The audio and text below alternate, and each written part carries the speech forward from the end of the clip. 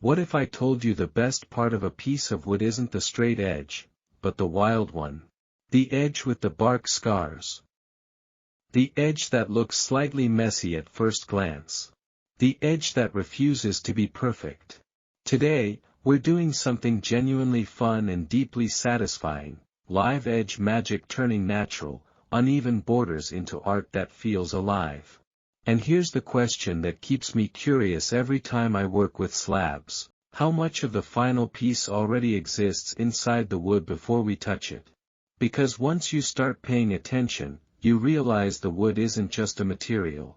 It's a map. It's a memory. It's weathered time made physical. So let's begin at the very beginning, the moment where we decide what the wood wants to become. Setting up / introducing the slab. Alright. Here it is. A raw slab with a natural edge that looks like it's been through something. And not in a bad way, more like it has a personality. Now, take a second and really look at that edge. Do you see the little dips? The tiny bumps? That subtle curve that doesn't match the rest of the body? Those are not defects in my mind. Those are clues.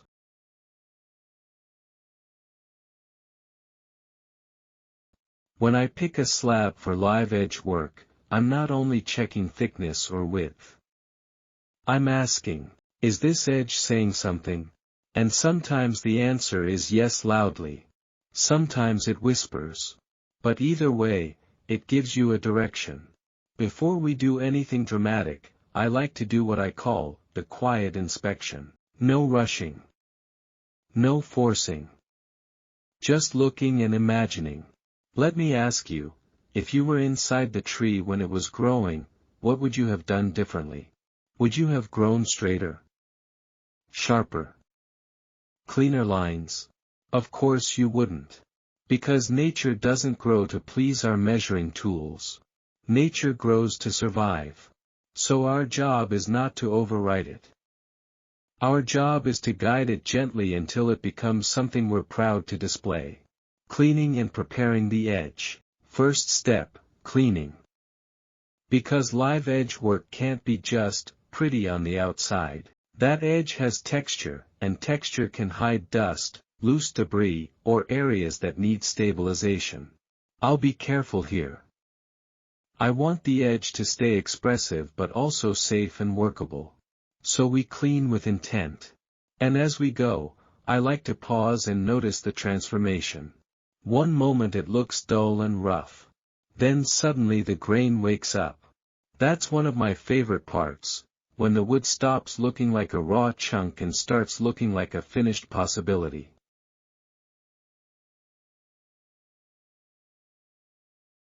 Revealing grain and assessing defects. Now here comes the next big curiosity moment, grain reveal.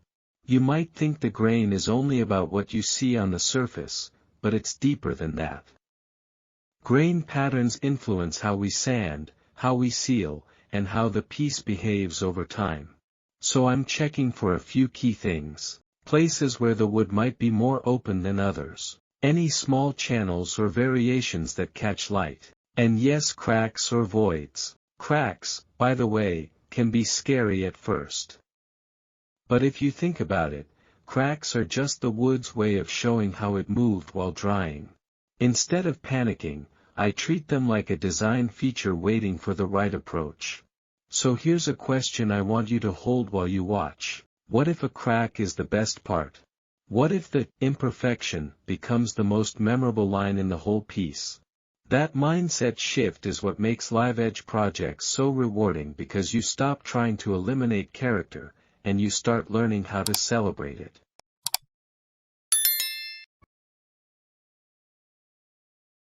Planning the final direction. Before any major finishing decisions, I plan. Not in a restrictive way. More like laying out a path. Because if you rush into the finish step, you can lose opportunities. So I'm mentally mapping the piece. Where light will hit, how the grain will travel, and where the natural edge creates drama. And I also think about how the edge frames everything else. That border isn't just decoration, it's a frame. It's like the wood is holding the interior of the artwork in place. And when that frame is right, everything feels intentional. Stabilizing and leveling work approach. Now we get into the practical craft side, the part where patience matters. We work to make the surface stable and even enough for the next stage, without flattening the character out of existence. That's a balancing act. Because sanding is powerful. Sanding can improve. Sanding can refine. But sanding can also remove what makes the piece unique. So I approach this with restraint. Small steps. Frequent checks. Because I'd rather slow down now than regret it later. Have you ever watched someone rush a project and you can practically hear the mistake coming? I don't want that. I want the process calm and smart, because your end result deserves craft decisions, not luck. Addressing texture and making the edge usable. Next, we address the texture along the live edge. Some edges are smooth. Some edges are rough and jagged. And the goal is not to turn it into a straight line. The goal is to make it comfortable, clean, and visually crisp where it matters, while keeping the natural silhouette that makes the piece feel real.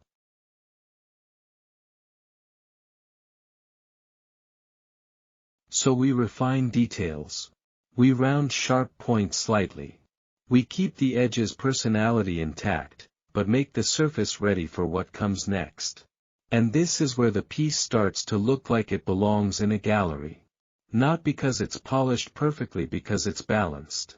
Sealing or prepping for the magic stage. Now here's the magic part you might be thinking about, the transformation stage where the wood gains depth. But before the transformation, we seal and prepare. Because if you skip prep, finishing materials don't behave the way you want. And I don't want surprises later. I want controlled creativity. So we seal properly, making sure the wood is ready to accept what comes next. And okay, this is the moment where you can feel the anticipation in the room. Live edge art is all about contrast. Natural edge against smooth highlights. Organic grain against carefully crafted clarity. And when the materials meet the wood's character, it's like the piece reads differently to the eye. It becomes more than a slab. It becomes a scene.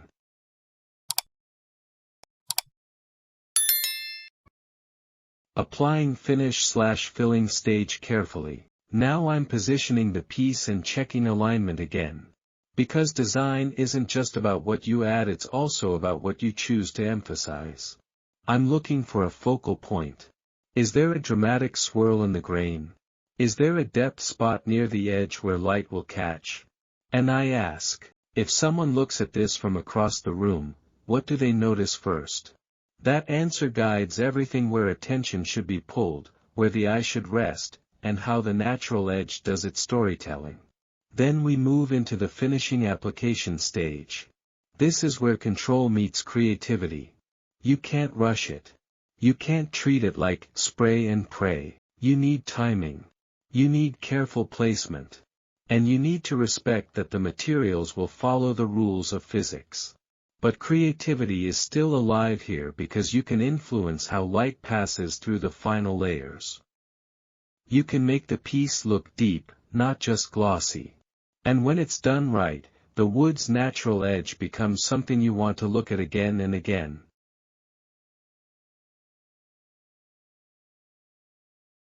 Let me tell you what I'm watching for as we work. Small shifts in how the surface reflects light. Any tiny air pockets. Any areas that need adjustment. Those micro moments are where the quality lives. And honestly, that's why I love this kind of craft. Because it's not just the final reveal, it's the relationship you build with the material while you work. Now we wait. Waiting is hard, but it's part of the craft. Because if you push the process, you lose control of the final outcome. So we give it time to cure properly, to settle, to stabilize. And while we wait, I reflect. What did I learn from the edge? Where did the wood surprise me? What would I do differently next time? Even the simplest live edge piece teaches you something if you're paying attention. Sanding and revealing finished clarity. Alright.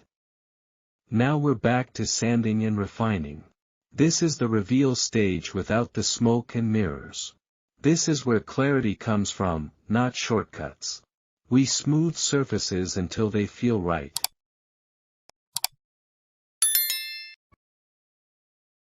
We remove unwanted imperfections. We refine the highlights.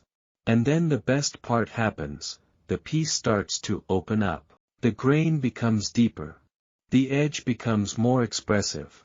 The contrast becomes more dramatic. And suddenly you realize the natural edge wasn't the problem. It was the starting point for an entire aesthetic. I want you to play along with me. As you watch, pause in your mind and ask, where does the light look the strongest? Where does the texture look the most alive? And do you see how the natural edge frames the rest of the piece like a signature? When that frame clicks, the whole artwork feels finished even if it still needs final details. Then we do final detail work. Edges get careful attention. Transitions get refined. The piece gets its final finish layer. This is where it stops being a project and starts being a statement.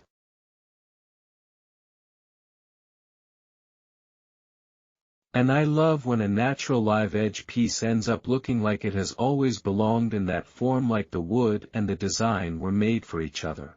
So that's it, live edge magic, turning natural edges into art by listening, refining, and respecting what the wood already wanted to be.